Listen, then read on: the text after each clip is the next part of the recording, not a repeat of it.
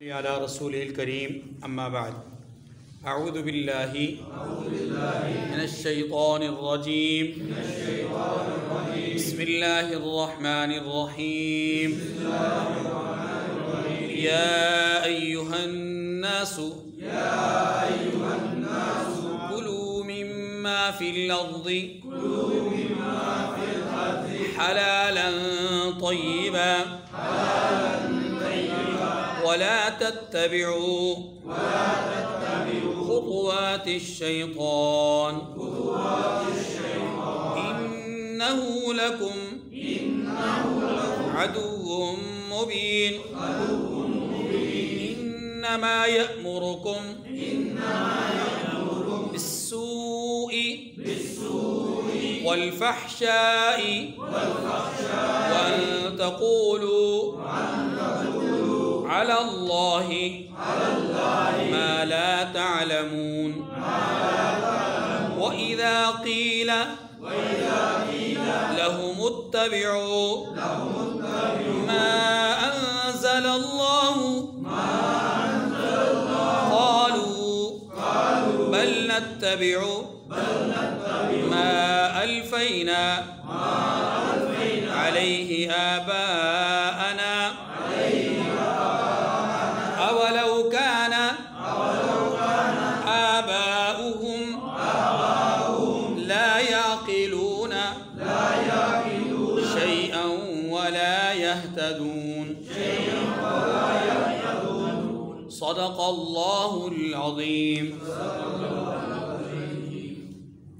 سورہ بقرہ کی آیت نمبر 168 سے لے کر آیت نمبر 170 تک 3 آیات کریمہ ہم نے تلاوت کی ہیں. ان آیات کریمہ میں اللہ تبارک و تعالی نے توحید کے ایک اور تقاضے کو بیان فرمایا ہے. توحید کا پہلا تقاضا یہ ہے کہ اس کے ساتھ یعنی اللہ کی ذات کے ساتھ اس کی صفات کے ساتھ یا اللہ کی ذات میں اور اس کی صفات میں کسی کو شریک نہ ٹھہرایا جائے. یہ پہلا تقاضا ہے.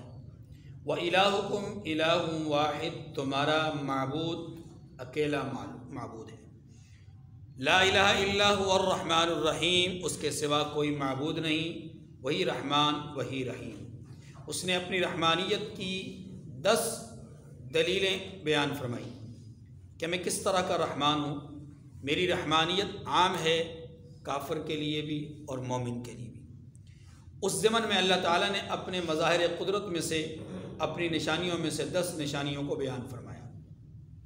پھر توحید کے تقاضے کو بیان فرمایا کہ توحید کا تقاضا تو یہ ہے کہ اس کے ساتھ کسی کو شریک نہ ٹھہرایا جائے.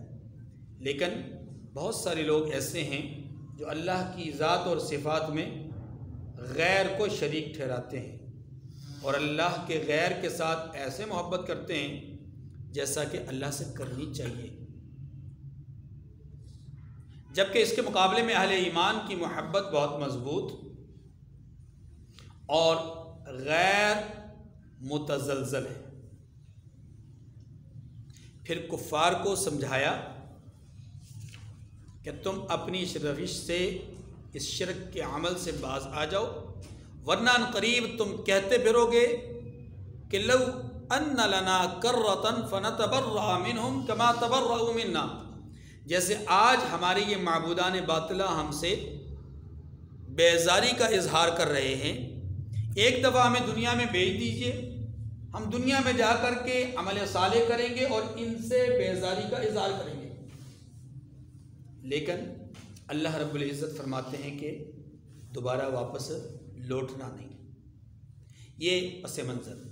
اب ان آیات کریمہ میں بھی اسی بات کو تھوڑا سا ایک اور انداز میں سمجھایا گیا کہ توحید کا تقاضا یہ ہے کہ احکامات کو من جانب اللہ مانا جائے. خاص طور پر حلال کیا ہے حرام کیا ہے اس کا فیصلہ کرنے کا حق صرف اللہ کے پاس ہے. کس کے پاس ہے؟ صرف اللہ کے پاس. حلال اور حرام کا فیصلہ صرف اللہ نے کرنا ہے. اللہ کے سوا کوئی حلال اور حرام کا فیصلہ نہیں کر سکتا. اس بات کو پلے باندھ لیجئے گا، پھر اس پر میں مزید بات اور کروں گا۔ دوسری بات یہاں پر جو بیان کی گئی وہ یہ ہے کہ آباء و اجداد کے نقش قدم پر چلنا، اس کی حیثیت کیا ہے، اور تیسری بات شیطان کی پیروی سے بچنا، یہ لازم ہے۔ تو پہلی بات کہ اللہ کے پاس یہ اختیار ہے، اللہ ہی کا حق ہے کہ وہ احکامات جاری فرمائے کہ حلال کیا ہے، حرام کیا ہے۔ لیکن اس جملے پر ہو سکتا ہے بہت سارے ذہنوں میں، آپ ہی کے ذہنوں میں یہ سوال آ جائے کہ جی دیکھیے اللہ کے نبی صلی اللہ علیہ وسلم بھی بہت ساری چیزوں کے بارے میں کہتے ہیں کہ یہ حلال ہے، یہ حرام ہے، اور ہم ان کو حلال اور حرام مانتے ہیں، تو کیا یہ شرک ہوگا؟ حالانکہ وہ اللہ نے تو نہیں کہا، بظاہر تو ایسے ہی لگتا ہے نا، جی اللہ نے تو نہیں کہا، رسول نے کہا ہے۔ تو آپ نے تو ابھی یہ جملہ استعمال کیا کہ حلال اور حرام کا فیصلہ کس کا حق ہے؟ اللہ کا۔ حالانکہ یہ فیصلہ ہمیں رسول اللہ نے بھی بتلایا، کبھی کسی کام کو ہوتے ہوئے دیکھا تو فرمایا کہ یہ حرام ہے، نہ کرو۔ مثلا کسی کو سونے کی انگوٹھی پہنے دیکھا، انگوٹھی نکال کر کے پھینک دی، فرمایا آگ کا انگارہ ہے، جہنم کی آگ کا انگارہ ہے، مت پہنو، اس کا مطلب ہے حرام ہے۔ تو یہ فیصلہ کس نے کیا؟ رسول اللہ نے صلی اللہ علیہ وسلم نے۔ اور ابھی میں نے کہا کہ یہ حق کس کا ہے؟ تو توحید کا تقاضا یہ ہے کہ یہ حق اللہ کا مانا جائے، جبکہ ہم احادیث میں دیکھتے ہیں کہ ایسے بہت سارے احکامات ہیں کہ جن کے متعلق رسول اللہ صلی اللہ علیہ وسلم کا فیصلہ آتا ہے کہ یہ حلال ہے، یہ حرام ہے۔ تھوڑا سا نیچے آ جائیے، تھوڑا سا نیچے۔ رسول اللہ صلی اللہ علیہ وسلم کے بعد خلفائے راشدین نے بہت سارے احکامات میں فیصلہ کیا، یعنی بہت ساری چیزوں کے احکامات جاری کیے، ان کے فیصلوں کو امت مانتی ہے، تو یہ تو شرک ہوا۔ ان سے بھی نیچے آ جائیے۔ فقہائے اربع، 4 مسلک یا 4 طریقوں کے جو ائمہ ہیں، امام مالک، امام ابو حنیفہ، امام شافعی، امام احمد، ان چاروں کے ماننے والے اپنے اپنے مذہب کے مطابق، اپنے اپنے امام کی رائے کے مطابق عبادات میں، معاملات میں، معاشرت میں، معیشت میں، احکامات میں ان کے فیصلوں کو قبول کرتے ہیں۔ تو یہ تو اللہ کے فیصلے نہیں ہیں بظاہر، یہ تو امام حنیفہ، امام مالک، امام شافعی وغیرہ کے احکامات ہیں، تو یہ تو شرک ہوا۔ تو ابھی ایک جملہ کہا کہ حلال اور حرام کے فیصلہ کرنے کا حق کس کے پاس ہے؟ جبکہ ہم رسول کی بھی مانتے ہیں، رسول کے بعد رسول کے صحابہ اکرام کی بھی مانتے ہیں، ان کے بعد خلفاء اپنا فقہاء اکرام کی بھی مانتے ہیں۔ یہ تو بڑا عجیب سا معاملہ ہو گیا۔ اس کا جواب یہ ہے کہ دیکھیے نبی مہربان صلی اللہ علیہ وسلم کی بات کو ماننا اللہ کی بات کو ماننا ہے۔ کیوں؟ اس لیے کہ رسول اللہ صلی اللہ علیہ وسلم کا فیصلہ اپنا ذاتی فیصلہ نہیں ہوتا۔ قرآن مجید میں سورۃ النجم میں اللہ تبارک و تعالیٰ نے بیان فرمایا وَمَا يَنطِقُ عَنِ الْهَوَىٰ إِنْ هُوَ إِلَّا وَحْيٌ يُوحَىٰ۔ رحمت کائنات صلی اللہ علیہ وسلم اپنی خواہش سے نہیں بولتے، بلکہ وہ تو منشاء ایزدی سے بولتے ہیں، پروردگار کی منشا سے بولتے ہیں، جو اللہ کا فیصلہ ہوتا ہے وہی کرتے ہیں۔ فارسی شاعر نے کہا ہے مصطفیٰ ہرگز نہ گفتد تا نہ گفتد جبرائیل، جبرائیل ہرگز نہ گفتد تا نہ گفتد کردگار، کہ اللہ کے رسول اس وقت تک کوئی بات کہتے نہیں جب تک جبرائیل امین آ کر نہ بتا دیں، اور جبرائیل امین آ کر کے کوئی بات اپنی منشا سے بتا نہیں سکتے، وہ تو جب بھی بتاتے ہیں کردگار اللہ تبارک و تعالیٰ کے فیصلہ آ کر کے سناتے ہیں۔ تو اس کا معلوم یہ ہوا کہ رسول اللہ کی زبان اقدس سے نکلا ہوا فیصلہ وہ من جانب اللہ ہوتا ہے، رسول اللہ کا فیصلہ نہیں ہوتا۔ تو بات تو وہی ہو گئی کیا کہ اللہ کا حق ہے، لہٰذا یہاں پر بھی وہ صادق آ گیا۔ اب رسول کے بعد رسول کے صحابہ بالخصوص خلفائے راشدین کی بات ہم نے کی، تو ان کی بات کو کیوں مانا جاتا ہے؟ جی چلو رسول تو اللہ کی مرضی سے بولتے ہیں، صحابہ خلفائے راشدین، تو جواب آئے گا کہ خلفائے راشدین نے بولا رسول اللہ کی وجہ سے، اور رسول اللہ نے بولا اللہ کی وجہ سے۔ اللہ کے رسول نے فرمایا نا علیکم بسنتی و سنت الخلفاء الراشدین المہدیین، تم پر میری سنت لازم ہے اور میرے خلفاء کی سنت لازم ہے۔ اس کا مطلب کیا ہوا کہ اب خلفاء کی بات ماننا رسول اللہ کی بات ماننا ہے، اور رسول اللہ تو وہی بولتے ہیں جو اللہ بولتے ہیں۔ اس کا مطلب ہے کہ یہ فیصلہ کس کی طرف سے آیا؟ اللہ کی طرف سے آیا۔ اب رہا مسئلہ آگے فقہا کا، تو یاد رکھیے فقہا اپنی مرضی سے نہیں بولتے، وہ جو بولتے ہیں شریعت کے شرح کے طور پہ بولتے ہیں، شریعت کے شارع کے طور پر نہیں بولتے۔ یہ فرق ہے۔ شریعت کے شارع کے طور پر کیا مطلب؟ شارع وہ نہیں ہے کوئی بھی چاروں ائمہ کا مقلد، ان میں سے کوئی بھی آدمی یہ نہیں سمجھتا کہ میری فقہ کے جو امام ہیں وہ شریعت کے شارع ہیں عین کے ساتھ۔ کیا مطلب؟ کہ شریعت وہ بیان کر رہے نہیں، شریعت بیان کرنے کا حق نہیں ہے ان کو۔ شرع خود یعنی خود سے احکامات کو لاگو کرنے کا، احکامات کو بیان کرنے کا حق ان کو نہیں ہے۔ ہاں احکامات جو بیان ہوئے ان کی شرح کر سکتے ہیں، تشریح نہیں کر سکتے، عین کے ساتھ نہیں کر سکتے، ہاں کے ساتھ کر سکتے ہیں۔ اس میں فرق ہے۔ فرق کیا ہے؟ فرق یہ ہے کہ کسی چیز کو اپنی طرف سے نہیں کہہ سکتے کہ یہ حلال ہے، یہ حرام ہے، یہ جائز ہے یا ناجائز ہے۔ ہاں وہ شارع کی طرف سے، رسول اللہ صلی اللہ علیہ وسلم کی طرف سے، اللہ کی کتاب کی طرف سے، اجماع امت کی طرف سے اس بات کا نقطہ بیان کریں گے کہ ان چیزوں کے تناظر میں اس بات پر یا اس چیز پر جو حکم یہاں پر واضح طور پہ موجود نہیں، میں اس چیز کو اس فلاں چیز پر قیاس کرتے ہوئے، اس کو اس پر منطبق کرتے ہوئے یہ سمجھتا ہوں کہ یہ حکم، اس کا حکم بھی اس جیسا ہوگا، اس کو قیاس کہتے ہیں۔ اور یہ شرع نہیں ہے بلکہ تشریح ہے، یعنی اس کی شرح ہے اور اس کی جو ہے وہ وضاحت ہے، وضاحت اس کو کہیں گے۔ اس کو جو ہے وہ اس کا اپنا کلام یا اپنا حکم یا اپنا فیصلہ نہیں کہیں گے۔ فیصلہ وہ ہے جو وہاں ہے، اس فیصلے کی روشنی میں، جیسے کہ ایک جج عدالت میں بیٹھ کر کے ایک قانون کی روشنی میں بات کرتا ہے اور وہ فیصلہ سمجھا جاتا ہے، فیصلہ اصل میں اس جج کا نہیں ہوتا، جج نے تو شرح کی ہے اس فیصلے کی جو کتاب میں لکھا ہوا۔ بات سمجھ آ گئی ہے؟ بالکل ایسے ہی فقہائے کرام شرح کر رہے ہوتے ہیں ان احکامات کی جو قرآن میں، سنت میں، اجماع امت میں موجود ہوتے ہیں۔ لہذا جو تقاضا ہے توحید کا وہ کیا ہے کہ حلال اور حرام کا جو فیصلہ کرنے کا حق ہے وہ کس کا ہے؟ اللہ کا۔ اللہ کے سوا کسی اور کا حق۔ باقی جتنے بھی حضرات اس عمل کو کر رہے ہیں وہ اپنی جانب سے نہیں کر رہے، وہ من جانب اللہ کر رہے ہیں۔ یا ایھا الذین آمنوا اطیعوا اللہ واطیعوا الرسول واولی الامر منکم۔ یہ جو تین جملے ہیں نا، اللہ کی مانو، اللہ کے رسول کی مانو اور اولی الامر کی مانو، ان تینوں کی تشریح میں یہ بات سمجھ میں آتی ہے کہ اولی الامر سے مراد حکمران بھی ہیں، اولی الامر سے مراد صاحبان علم بھی ہیں، کہ صاحبان علم کے علم پر اعتماد کرتے ہوئے ان کی مانو، لیکن ان کی بات تب تک مانو جب تک کہ وہ اللہ کی نافرمانی کی بات نہیں کرتے۔ جو ہی وہ اللہ کی نافرمانی کی بات کریں گے تو پھر شریعت یہ کہتی ہے کہ لا طاعۃ لمخلوق فی معصیۃ الخالق۔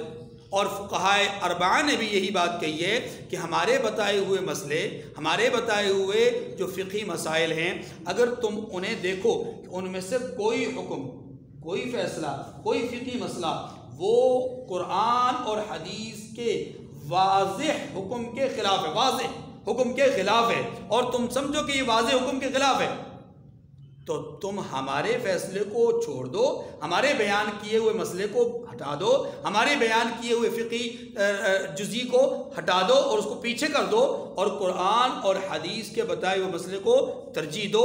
یہ انہوں نے بھی کہا۔ اس کا مطلب یہ ہوا کہ وہ خود سے شارع نہیں ہیں بلکہ وہ شرح کر رہے ہیں، وضاحت کر رہے ہیں۔ شارع اپنے آپ کو سمجھتے یا ان کے مقلدین ان کو شارع سمجھتے تو پھر ان کے بتائے ہوئے کسی بھی فیصلے کو چیلنج نہیں کیا جا سکتا تھا۔ لیکن آج بھی اگر کوئی آدمی چیلنج کرتا ہے دلائل کے ساتھ، اگر اس کے دلائل مضبوط ہوں گے تو اس کو چھوڑ دیا جائے گا۔ بات سمجھ آ گئی کہ نہیں؟ کیونکہ وہ ہمارے لیے نبی نہیں ہیں، وہ ہمارے لیے شارع نہیں ہیں۔ ہم نے تو ان کے علم پر اعتماد کرتے ہوئے یہ کہا کہ چونکہ ان کا علم ہم سے زیادہ مضبوط ہے، ان کا علم چونکہ ہم سے زیادہ راسخ رسوخ فی العلم کا درجہ ان کو حاصل ہے، لہذا انہوں نے بہتر طریقے سے سمجھا، ہم نے ان کی بات کو قبول کر لیا۔ بات سمجھ گئی؟ ایک بات تو یہ ہو گئی۔ دوسری بات یہ ہے، اسی کے ضمن میں یہود نصارہ اور مشرکین کا کچھ طرز عمل، یہود اور نصارہ کا طرز عمل قرآن مجید نے یہ بیان کیا ہے کہ وہ شرعی احکامات میں اتخذوا احبارهم ورهبانهم اربابا من دون اللہ، وہ اللہ کو چھوڑ کر اپنے درویشوں کو، اپنے رہبانوں کو، اپنے پادریوں کو اپنا معبود بنا بیٹھے۔ کیسے؟ کہ جو احکامات تورات میں، انجیل میں موجود تھے حلت اور حرمت کے، ان میں سے حلت کے فیصلے کو ان چودھریوں نے، یعنی رہبانیت نے، ان علماء نے، پادریوں نے اس کو حرام بنا دیا۔ جو وہاں حرام تھے ان کو انہوں نے حلال کر دیا، اور جس کو انہوں نے حلال کہا لوگوں نے بھی اس کو حلال سمجھا، جس کو انہوں نے حرام کہا لوگوں نے اس کو بھی حرام، اس کو ہی حرام سمجھا۔ انہوں نے کتاب کو چھوڑ دیا، عوام نے کتاب کو چھوڑ دیا، ان کی بات کو مان لیا، گویا لوگوں نے کتاب اور کتاب والے کو چھوڑ دیا، کتاب اور کتاب والے کو، اللہ کو چھوڑ دیا، اللہ کی بات کو چھوڑ دیا۔ اب رہبانوں کی اور احبار کی بات کو قبول کر لیا اور ان کو اپنا معبود تصور کر لیا۔ یہی بات جب حضرت عدی ابن حاتم، حضرت عدی رضی اللہ تعالیٰ عنہ ابن حاتم طئی کو معلوم ہوئی تو انہیں شکوہ ہوا، ان کے دل میں شکایت پیدا ہوئی، اور وہ شکایت لے کر آئے رحمت دو عالم صلی اللہ علیہ وسلم کے پاس۔ مذہباً وہ عیسائی مذہب سے تعلق رکھتے تھے، آ کر کے شکایت کی کہ اے محمد صلی اللہ علیہ وسلم، آپ کہتے ہیں کہ اتخذوا احبارهم ورهبانهم اربابا من دون اللہ، کیا عیسائیوں نے، یہودیوں نے اپنے احبار اور رہبان کو اللہ کے سوا معبود ٹھہرا دیا؟ حالانکہ میں ایک عیسائی ہوں، اور ایسے 20 عیسائی ہیں کہ وہ اپنے احبار کو اور اپنے رہبان کو اپنا رب نہیں مانتے، اپنا رب نہیں مانتے، یعنی ہم اپنے علماء کو، اپنے بڑوں کو، اپنے پادریوں کو اپنا رب نہیں مانتے۔ تو پھر یہ قرآن نے کیا کہہ دیا اور آپ نے کیا بات سمجھا دی؟ تو رحمت دو عالم صلی اللہ علیہ وسلم نے سوال کیا، ایک سوال یہ کیا کہ اے عدی یہ بتلاؤ کہ کیا تمہارے جو رہبان ہیں کسی چیز کی حرمت کا تمہیں فیصلہ سنائیں، اگرچہ وہ تمہاری کتاب میں حلت کا ہو، وہ فیصلہ تمہاری کتاب میں کیا ہو؟ حلال ہونے کا ہو، اور تمہارے رہبان اس فیصلے کو حرام بتلائیں، تو تمہارے لوگ رہبان کی بات، رہبانوں کی بات مانتے ہیں یا کتاب کی بات مانتے ہیں؟ اب یہاں پہنچ کر حضرت عدی تھوڑا سا سوچو بچار میں مبتلا ہو گئے، پھر خود ہی کہ اللہ کے رسول صلی اللہ علیہ وسلم نے پوچھا کہ کیا وہ اپنے رہبانوں کی بات نہیں مانتے؟ کیا مانتے ہیں؟ کہا اچھا، اگر تمہاری کتاب میں ایک چیز حلال حرام لکھی ہو اور تمہارے رہبان اپنے مفادات یا کسی بھی وجہ سے اس کو حلال بتلا دیں، کیا تمہارے لوگ اس میں اپنے رہبانوں کی بات مانتے ہیں یا کتاب اللہ کی بات مانتے ہیں؟ وہ پھر خاموش، کشمکش کا شکار۔ تو رحمت دو عالم نے پھر فرمایا کہ کیا ایسا نہیں کہ تمہارے رہبانوں کی بات مانی جاتی ہے، کتاب کی بات نہیں مانی جاتی؟ کہا ایسے ہی ہے، یہی تو ہے، یہی تو ارباب من دون اللہ ہے کہ اللہ کو چھوڑ کر دوسرے کو رب مان لائیں۔ جو رب کی بات تھی اس کو مانا نہیں، اور رب کے بندوں کی جو بات تھی اس کو مان لیا، تو یہی تو ربوبیت ہے۔ اب ان کی بات سمجھ میں آئی کہ ہاں واقعی ایسا تو ہے، اور اسی بنیاد پہ کہا گیا ہے، تو سچ تو یہی ہے۔ بہرحال اس کے بعد ایمان قبول کر لیا۔ بہرحال گزارش یہ ہے کہ یہودی ہوں یا نصرانی، ان کا طریقہ عمل یہ ہے کہ وہ اپنے بڑوں کو ایسا ہی سمجھتے ہیں جیسا کہ رب کے حکم اور رب کے احکامات، یعنی رب کے احکامات کو وہ پیچھے کر رہے ہیں اور اپنے بڑوں کی بات کو زیادہ ترجیح دے رہے ہیں۔ دوسری بات مشرکین مکہ کے حوالے سے، مشرکین مکہ کا بھی یہی وتیرہ تھا کہ وہ اللہ کے فیصلوں کے مقابلے میں اپنے بڑوں کے فیصلوں کو اور اپنے بتوں کے حوالے سے ان کا تصور اور کانسیپٹ یہ تھا کہ بتوں نے چیزوں کو حلال کر رکھا ہے، بتوں نے ہی چیزوں کو حرام کر رکھا ہے، کیونکہ اپنے گمان اور اپنے زعم کے مطابق قرآن پاک میں سورہ اعراف کا سے پہلے آئے گا، سورہ انعام کے آخر میں، کہ وہاں پر مشرکین مکہ کا ایک عمل ذکر کیا گیا ہے، اور وہ یہ بیان کیا گیا ہے کہ مشرکین مکہ اپنے بتوں کے نام پر کچھ جانوروں کو چھوڑ دیتے تھے، اور یہ سمجھتے تھے کہ یہ بتوں کے اب حق میں اور ان کے نام پہ چلے گئے، اب یہ ہمارے اوپر ہو گئے حرام۔ بعض اوقات چیزوں میں منتیں مانتے تھے بتوں کے لیے اور وہ اپنے اوپر حرام سمجھتے تھے، بعض اوقات اسی چیز کو اپنے لیے حلال اپنی بیوی کے لیے حرام سمجھتے تھے، بعض اوقات اپنے لیے حرام اور بیوی کے لیے حلال سمجھتے تھے۔ یہ مختلف قسم کے ان کے ایک طرز عمل تھا، وتیرہ تھا۔ اللہ تبارک و تعالیٰ نے ان تمام چیزوں کو مد نظر رکھ کر کے یہ فیصلہ فرمایا کہ اے لوگو، یہ جو تم اللہ کو چھوڑ کر غیر کو کی پوجا شروع کر رہے ہو، یہ توحید کے تقاضے کے خلاف کر رہے ہو۔ توحید کا تقاضا تو یہ ہے کہ حلال اور حرام کا فیصلہ کس کے پاس ہے؟ یہ پہلی بات سمجھ میں آ گئی جی اچھی طرح۔ اب دوسری بات ہے شیطان کی پیروی نہ کرنا، کیونکہ شیطان انما یأمرکم بالسوء والفحشاء، شیطان تمہیں برائی کا حکم کرتا ہے اور فواحشات کا۔ برائی سے مراد ناجائز کاموں کا، کوئی بھی کام جو کہ معاشرتی زندگی کے اعتبار سے ناجائز ہو، غلط ہو، اس کا حکم کرتا ہے۔ اور فحشاء اس سے مراد کھلا گناہ، یعنی جس کو زنا، لواطت، بدفعلی وغیرہ کہا جاتا ہے، ان کاموں کا حکم تمہیں شیطان کرتا ہے۔ ظاہر ہے کہ جتنی بھی برائیاں ہیں ان برائیوں کے پیچھے جو داعی ہے، ان برائیوں کی جو ترغیب دینے والا ہے وہ کون ہے؟ شیطان ہے۔ اور شیطان کے متعلق ہی اللہ تبارک و تعالیٰ نے فرمایا انما یدعو حزبہ لیکونوا من اصحاب السعیر، کہ شیطان اپنی جماعت کو تیار کرتا ہے، بلاتا ہے تاکہ وہ ان کے جہنم میں ساتھی بن جائیں اور ان کے ہم نشین بن جائیں، اور یوں اس کا وہ اللہ سے کیا ہوا وعدہ، یعنی جو اللہ کے سامنے اس نے ایک عہد کیا تھا کہ اے اللہ میں تیری جہنم کو ان تیرے نام لیواؤں سے بھر دوں گا، یا یوں سمجھ لی کہ جن کی وجہ سے تو نے، جس آدم کی وجہ سے تو نے مجھے جو ہے وہ راندہ درگاہ بنایا، میں اس کی ذریت سے جو ہے وہ جہنم کو لَأَمْلَأَنَّ جہنم، اللہ تبارک و تعالیٰ نے بھی فرمایا کہ ٹھیک ہے، اگر جو تیری پیروی کریں گے ان کے ذریعے سے میں جہنم کو بھروں گا، اور جو تیری پیروی نہیں کریں گے ان کو میں جہنم سے خلاص کر دوں گا اور وہ نجات پا جائیں گے۔ اللہ رب العزت نے شیطان کی اس بات کی کہ فَبِعِزَّتِكَ، تیری عزت اور جلال کی قسم، تیری عزت اور جلال کی قسم، میں انہیں لَأُغْوِيَنَّهُمْ، میں انہیں گمراہ کروں گا، میں انہیں بہکاؤں گا، اور میں ان کے راستے میں بیٹھوں گا، آگے پیچھے دائیں بائیں اوپر نیچے ہر طرف سے بہکانے کی کوشش کروں گا۔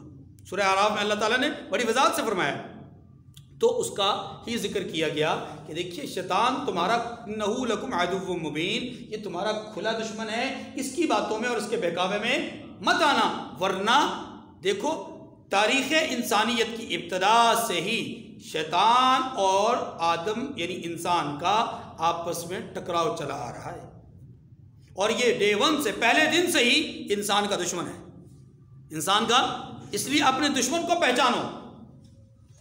تیسری بات ارشاد فرمائی گئی کہ آباء و اجداد کی اتباع، یاد رکھیے آباء و اجداد کی اتباع کا مفہوم اور مطلب یہ ہے کہ وہ لوگ کہ جو خود درست راستے پر نہ تھے، خود نیک راستے پر نہ تھے، ایک بات، اور دوسری بات یہ کہ ان کے پاس عقل اور سمجھ بوجھ بھی نہ تھی، دونوں کمیاں تھیں، ایک راستہ بھی اچھا نہیں تھا اور دوسرا سمجھدار بھی نہ تھے، تو فرمایا ایسے لوگوں کی پیروی مت کرنا۔ ایسے لوگوں کی پیروی کیوں؟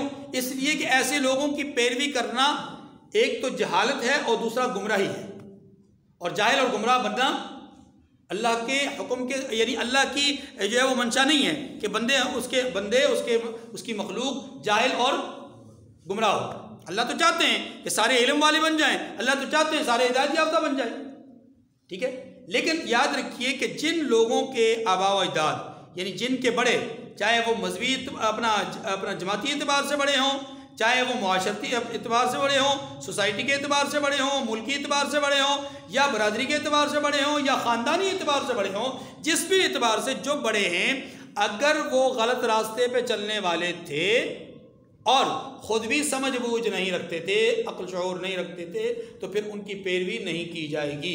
البتہ جو لوگ خود نیک تھے، صالح تھے، اور ان کا راستہ بھی درست تھا اور ان کی عقل اور فہم اور فراست بھی بہت اونچے درجے کی تھی، ایسے لوگوں کی نہ صرف پیروی کرنی چاہیے بلکہ ان کی پیروی کا حکم دیا گیا ہے۔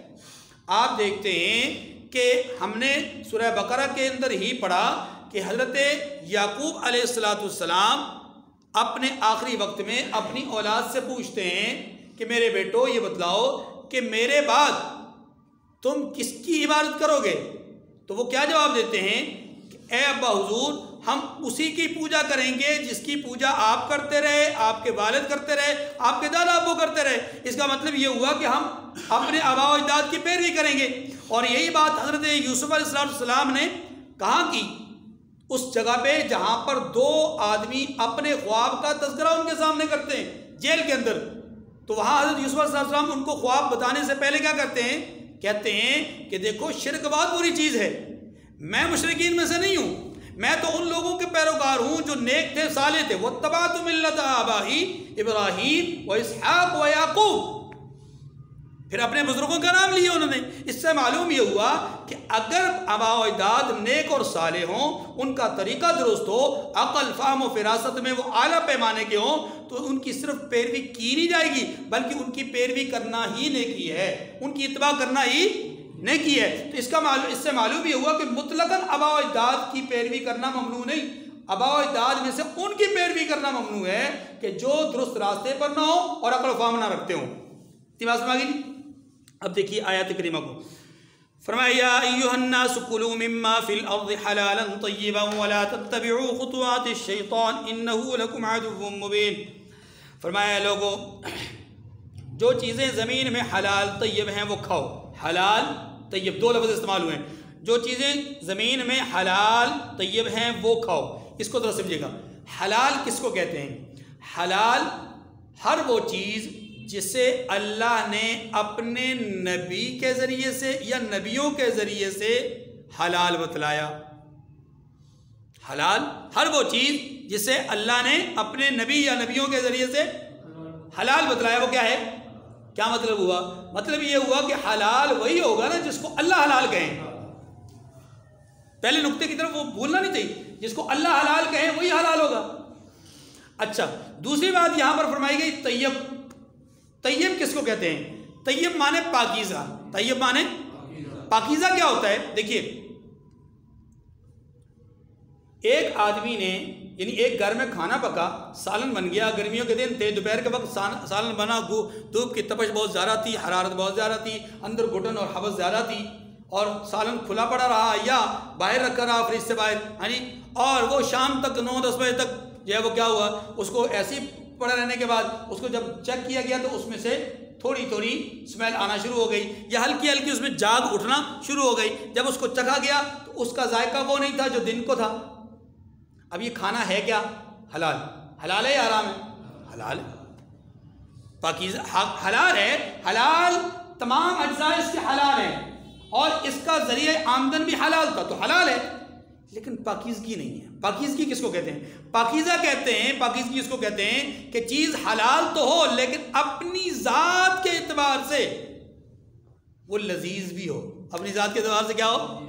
ایسی چیز لذیذ نہیں ہوتی، لذیذ نہیں ہوتی، لہٰذا اب یہ پاکیزہ نہیں رہی۔ اچھا، پاکیزگی کے لیے ایک اور شرط بھی ہے، ایک تو یہ ہے نا ذائقہ وغیرہ اس کا بدل جائے، رنگ بدل جائے، اس کی خوشبو بدل جائے، یہ بھی پاکیزگی کے خلاف ہے۔ اچھا، دوسرے ایک اور بھی ہے، اور وہ چیز کیا ہے کہ اس حلال چیز میں کسی اور کا حق وابستہ ہو تو وہ بھی کیا ہو جاتی ہے؟ پاکیزہ نہیں رہتی۔ مثال کے طور پر دیکھیے، دو شریک کار ہیں، شریک آدمی ہیں کسی کاروبار میں، اور ان میں سے ایک آدمی دوسرے کی غیر موجودگی میں، جبکہ اس کو یہ بھی پتہ ہے کہ اس کو اگر پتہ چل گیا تو وہ اس بات کو پسند نہیں کرے گا، وہ کیا کرتا ہے کہ گلے سے پیسے نکلوا کر کے اپنے لیے پیزا منگوا لیتا ہے۔ ہیں دونوں پارٹنر، دونوں کاروبار میں شریک ہیں، حالانکہ کھانا پینا وہیں سے کرتے بھی ہیں، لیکن اس طرح کی فضول خرچی کا اجازت ایک نے دوسرے کو نہیں دے رکھی۔ فضول خرچی کی اجازت دن کو روزانہ کے وقت، روزانہ دوپہر کو کھانا کھانے کی اجازت ہے دکان سے، لیکن اس طرح کی فضول خرچی کی اجازت نہیں کہ آپ 200 کے بجائے جو ہے وہ 2000 کا کھانا کھا لیں، اس کی اجازت اس کے پارٹنر کی طرف سے نہیں۔ اب چونکہ پارٹنر کا حق وابستہ ہے گلے کے ساتھ، ان پیسوں کے ساتھ، اس آمدن کے ساتھ، اس ذریعے کے ساتھ، تو اگر اس نے اس کی منشا اور مرضی کے خلاف اس کو استعمال کر لیا، چیز اپنی ذات کے اعتبار سے حلال ہے کہ نہیں حلال؟ کاروبار میں وہ شریک ہے، حلال ہے، محنت کر رہا ہے، لیکن وہ پاکیزہ نہیں۔ کیوں؟ اس لیے کہ اس کی پاکیزگی اس لیے غلط ہو گئی، پاکیزگی جو ہے وہ غیر پاکیزگی میں اس لیے بدل گئی کہ اس کے ساتھ دوسرے کا حق وابستہ ہے۔ اسی کو تھوڑا سا گھروں میں آ جائیے، تو اگر بہن کا حق اسے وراثت میں سے نہیں دیا گیا تو جس گھر میں رہ رہے ہیں، جس سرمایہ کو استعمال کر رہے ہیں، جس پیسے کو استعمال کر رہے ہیں، وہ سارا کا سارا کیا ہے؟ غیر پاکیزہ ہے۔ ایسے ہی ایک بکری ہے، حلال جانور ہے، حلال جانور ہے، لیکن اسے کسی کی مجبوری سے ناجائز فائدہ اٹھا کر کے خریدا گیا ہے، لیکن ناجائز فائدہ اٹھا کر کے اس کے دام 25,000 کے تھے، اور اس کو بھلا پھسلا کر کے، اور اس کو جو ہے وہ اپنی باتوں چکنی چپٹی باتوں میں لا کر کے، اور اس کو دیکھا گیا کہ وہ انتہائی درجے کا مجبور ہے، اس کی مجبوری سے ناجائز فائدہ اٹھا کر کے 7-8 ہزار میں اس سے خرید لی گئی، یا اپنے عہدے کا غلط استعمال کر کے کہ میں جناب ڈی ایس پی ہوں، میں فلاں ہوں، میں فلاں ہوں، یہ مجھے سستی دیتے ہو تو ٹھیک ہے، نہیں تو تمہیں حوالات کے اندر کر دوں گا۔ اب خریدا بھی لیکن اپنے عہدے کا غلط استعمال کر کے خریدا، تو حق تو اس کے ساتھ وابستہ ہے۔ تو یہ چیز جو کہ خریدی گئی حلال ہے لیکن پاکیزہ نہیں، کیونکہ دینے والے نے اپنی چاہت، بہرحال اپنی مرضی سے اس نے بے کیا نا، یعنی خرید و فروخت تو اپنی مرضی سے ہوئی، لیکن ہوئی مرضی سے جبرن۔ بس اس طرح بہت ساری چیزیں، بہت ساری مثالیں، ہم اس کی طرف جائیں گے تو بہت بات آگے بڑھ جائے گی۔ حلالاً طیبہ، شریعت نے کہا ہے کہ حلال چیز کھاؤ اور پاکیزہ چیز کھاؤ، جو لذیذ بھی ہو اور دوسرے کا حق بھی اس سے وابستہ نہ ہو۔ یاد رکھیے، قبولیت دعا کے لیے پاکیزہ حلال مال ہونا ضروری ہے۔ دعاؤں کی قبولیت تب ہوتی ہے جب ہمارا کھانا پینا، ہماری چیزیں، ہمارا استعمال کی چیزیں کیا ہوں؟ حلال۔ اگر حرام استعمال کریں گے تو پھر دعائیں قبول نہیں ہوگی۔ دعائیں قبول ہونا تو بہت دور کی بات ہے، اللہ کے رسول نے تو فرمایا 40 دن تک عبادت قبول نہیں ہوتی۔ حضرت سعد بن ابی وقاص رضی اللہ تعالیٰ عنہ مستجاب الدعوات تھے۔ کیا مطلب؟ کہ وہ ان کی دعائیں، دعا کرتے تھے قبول ہو جاتی، دعا کرتے تھے قبول ہو جاتی۔ ایک دفعہ رحمت دو عالم صلی اللہ علیہ وسلم کے پاس حاضر ہوئے، اور رسول اللہ علیہ وسلم کے یہ رشتے میں ماموں لگتے تھے، سگے نہیں لیکن رشتے میں برادری کے اعتبار سے ماموں لگتے تھے، ننھیال کی طرف سے تھے۔ رسول اللہ صلی اللہ علیہ وسلم سے آ کر کے عرض کی کہ یا رسول اللہ، مجھے کوئی ایسا عمل بتلا دیجئے کہ میں مستجاب الدعوات بن جاؤں، میری دعائیں قبول ہوئیں۔ اللہ کے رسول صلی اللہ علیہ وسلم نے ارشاد فرمایا اطب مطعمک تکن مستجاب الدعوات، اپنے کھانے کو پاکیزہ کر لو، اطب طیب سے نا، اپنے کھانے کو کیا کر لو؟ پاکیزہ کر لو۔ بات ذرا سمجھے گا، اپنے کھانے کو حلال نہ کر لو، یہ نہیں کہا۔ کیوں؟ صحابہ کا کھانا ہوتا ہی حلال تھا، صحابہ کا کھانا ہوتا ہی حلال تھا۔ اللہ کے رسول نے کہا اطب مطعمک، اپنے کھانے کو پاکیزہ بنا لو، یعنی جو شک و شبہ بھی ہے نا، اس سے بھی اپنے کھانے کو پاکیزہ کر لو، لذت والا ہو، کسی کا حق وابستہ نہ ہو، ایسا کھانا کھانا شروع کر دو، تکن مستجاب الدعوات، تو آپ مستجاب الدعوات بن جائیں گے۔ ظاہر ہے اس کے پیچھے فرائض کی پابندی تو ہے ہی ہے نا، صحابہ ہے نا، فرائض کی تو پابندی ہے ہی ہے، یہ ایکسٹرا چیز بتلائی گئی۔ اب حضرت سعد بن ابی وقاص رضی اللہ عنہ نے اس کی پابندی کی اور مستجاب الدعوات بن گئے۔ تو یاد رکھیے، قبولیت دعا کے لیے حلال چیزوں کا استعمال ضروری ہے۔ دیکھیے آگے، وَلَا تَتَّبِعُوا خُطُوَاتِ الشَّيْطَانِ إِنَّهُ لَكُمْ عَدُوٌّ مُّبِينٌ، اور شیطان کے قدموں پر نہ چلو، یعنی شیطان کی پیروی مت کرو، وہ تمہارا کھلا دشمن ہے۔ إِنَّمَا يَأْمُرُكُمْ بِالسُّوءِ وَالْفَحْشَاءِ وَأَن تَقُولُوا عَلَى اللَّهِ مَا لَا تَعْلَمُونَ، وہ تمہیں برائی اور بے حیائی ہی کے کام کرنے کو کہتا ہے، اور یہ بھی کہ اللہ کی نسبت ایسی باتیں کہو جن کا تمہیں علم بھی نہیں۔ یہ دیکھیے، یہ ایک وتیرہ ہے ان لوگوں کا جو شیطان کی پیروی کرتے ہیں، شیطان کی پیروی کر کے بات اس کی مانتے ہیں اور نسبت اس کی کس کی طرف کرتے ہیں؟ اللہ کی طرف کرتے ہیں۔ مثال کے طور پر ہمارے معاشرے میں بھی بہت ساری چیزیں ایسی ہیں کہ جن کو رواج دیا گیا ہے، جو رسماً چل رہی ہیں اور ان کو لوگ اپناتے بھی ہیں، اور جب ان سے کچھ کہا جاتا ہے، جب ان سے کوئی بات کہی جاتی ہے تو وہ ان میں سے جو صاحبان علم ہیں وہ تو ایسا نہیں کرتے، لیکن جو علم والے لوگ نہیں ہیں وہ بیچارے اپنی لا علمی کی بنیاد پر، جہالت کی بنیاد پر اس کی نسبت اللہ کی طرف کر دیتے ہیں۔ مثلا محرم الحرام کے دنوں میں یہ پان نہیں کھانا، سرخ لباس نہیں پہننا، ہاں جی، اور غم کو ظاہر کرنے کے لیے کالا لباس پہننا ضروری ہے۔ ایسے ہی بہت سارے لوگ حضرت فاطمہ الزہرا رضی اللہ عنہا کے نام سے ایک نیاز بناتے ہیں کہ یہ نیاز صرف عورتیں کھا سکتی ہیں، مرد نہیں کھا سکتے۔ شاہ عبد الحق کے نام پر جو ہے وہ توشہ حلوہ ایک جو ہے وہ نیاز ہے وہ بنتی ہے، اس کو صرف وہی لوگ کھا سکتے ہیں جو حقہ نہیں پیتے۔ ایسے ہی جو ہے وہ امام جعفر صادق کے نام پر کنڈے منانا یا پکانا، اور اس کو جو ہے وہ سورج نکلنے سے پہلے پہلے کھانا ضروری ہے، وغیرہ وغیرہ ذالکہ۔ ایسے 11ویں شریف کے نام پر جو ہے وہ کھیر بنانا، اور ان سب چیزوں کی نسبت کیا کرتے ہیں کہ اگر ان کاموں کو نہیں کیا گیا، یہ جاہل لوگوں کی بات کر رہا ہوں، صاحبان علم کی بات نہیں کر رہا، اہل علم اس سے دور ہیں، بہت دور ہیں، وہ کسی بھی مسلک سے ہوں۔ جو جاہل لوگ ہیں وہ یہ سمجھتے ہیں کہ اگر یہ کام نہ کیا گیا، توہمات پیدا ہو گئے نا، کہ اگر یہ کام نہیں کیا گیا، 11ویں نہ دی گئی، توشہ حلوہ نہ بنایا گیا، یا بو علی کلندر کی سویاں نہ بنائی گئی، ہاں جی، یا اسی طریقے سے توشہ حلوہ نہ بنایا گیا، یہ وغیرہ وغیرہ ذالکہ، یہ سارے معاملات نہ کیے گئے تو کیا ہوگا؟ نقصان ہو جائے گا۔ وہ جی مسجد نبوی کا امام نے خواب دیکھا، یہ 30 سال سے ہم خواب یہ پڑھ رہے ہیں، اس میں صفحے پہ چھپا ہوتا ہے کہ جی فلاں نے امام نے خواب دیکھا کہ یوں ہوگا یوں ہوگا یوں ہوگا، قیامت قریب آنے والی ہے، اور اس پرچے کو، اس خواب کو آگے 200 لوگوں تک یا 50 لوگوں تک یا 100 لوگوں تک کاپی کر کے نہ بھیجا تو تمہارے کاروبار میں 2 دن کے اندر اندر نقصان ہو جائے گا، اور ایسا ہو جائے گا اور ایسا ہو جائے گا۔ یہ سارے توہمات ہیں، اور ان میں پھیلانے والا یہ سمجھتا ہے کہ چونکہ یہ فیصلہ ہے اور ربی ہے، اللہ کا فیصلہ ہے، لہذا اس کو ماننا ضروری ہے۔ اور اسی بات کی طرف اللہ نے اشارہ کیا، وَأَن تَقُولُوا عَلَى اللَّهِ مَا لَا تَعْلَمُونَ۔ شیطان تمہارے ذہنوں میں، تمہارے دل و دماغ میں اس بات کو اتار چکا ہے، اگر ایسا نہیں کرو گے تو پھر نقصان اٹھاؤ گے۔ دیکھو یہ اللہ کی بات ہے، یہ کس کی بات ہے؟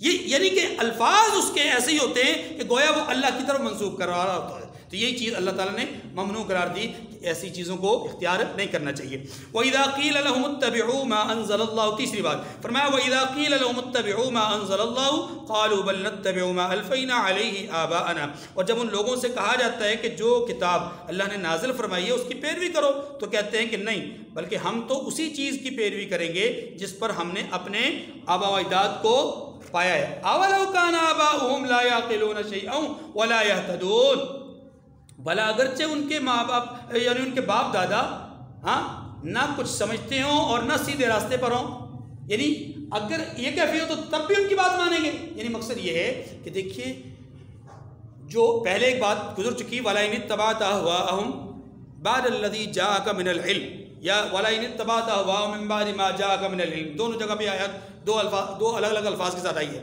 کہ محبوب اگر آپ کے پاس علم آ جانے کے بعد آپ نے ان کی پیروی کی اِنَّكَ اِذًا مِنَ الظَّالِمِينَ، تو تب آپ ظالموں میں سے ہو جائیں گے۔ ٹھیک ہے، یہ بات اللہ نے اپنے حبیب سے کہی، اور حبیب علیہ السلام کی وساطت سے امت کو سمجھایا۔ بات ذرا سمجھیے گا، وہاں میں نے عرض کیا تھا کہ اتباع علم کی ہوتی ہے، اتباع جہالت کی، یہاں پر وہی بات کہی گئی، اَوَلَوْ كَانَ آبَاؤُهُمْ لَا يَعْقِلُونَ شَيْئًا وَلَا يَهْتَدُونَ، کیا ان کے باپ دادا اگر عقل بھی نہ رکھتے ہوں، علم بھی نہ رکھتے ہوں، پھر بھی یہ ان کی پیروی کریں گے؟ یعنی کیا ان کے ذہنوں میں یہ بات ہے کہ ہم نے پیروی جہالت کی کرنی ہے؟ حالانکہ جہالت کی پیروی کرنے والا تو گمراہ ہوتا ہے، ظالمین میں سے ہوتا ہے، تو پیروی کس کی جائے گی؟ علم کی۔ یہاں اسی بات کی طرف رہنمائی کی گئی ہے۔ اللہ تعالیٰ مجھے اور آپ کو سمجھنے کی توفیق کامل نصیب فرمائے۔ وآخر الدعوانا ان الحمد للہ رب العالمین۔